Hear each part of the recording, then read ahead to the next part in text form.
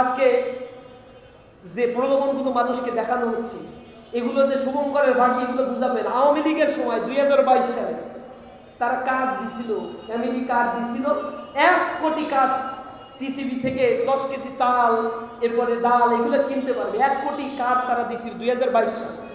অব্যবস্থাপনার কারণে 38 লক্ষ কার্ড বাতিল করা হয়েছিল, যা এখনো চালু হয় না।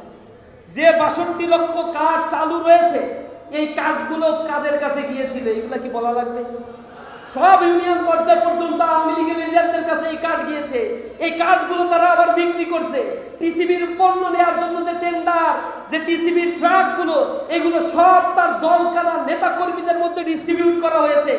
এরপরে তারা যা টিসিবির কার্ডের মধ্য দিয়ে যা বন্টন করার কথা তা না করে কম টাকায় সরকারের কাছ থেকে চাল কিনে নিয়ে দোকানে তারা গুলাম গুলাম চাল রিজার্ভ করে তারপরে বিক্রি করে জনগণের অধিকার নষ্ট করে নাই। আপনাকেই বলছি, ইন্স্যুরেন্স করলে সিটিতে সুরক্ষা পাবেন নিশ্চিত।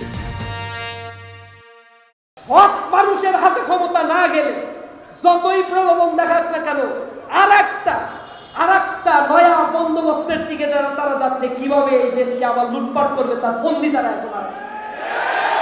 কার্ডের প্রলোভন নয়, আমরা তরুণ প্রজন্ম বলতে চাই, আমাদের বাংলাদেশে আমাদের চাকরির অধিকার আমরা চাই। তরুণ প্রজন্ম বলতে চাই, আমাদের জনশক্তিকে দক্ষ করে এ দেশের জন্য কর্মসংস্থানের ব্যবস্থা করতে হবে। আমরা এই দেশের হয়ে কাজ করতে চাই। কারো অনুগ্রহ, অনুকম্পা আর দয়া এই দেশের মানুষ বাঁচতে চায় না।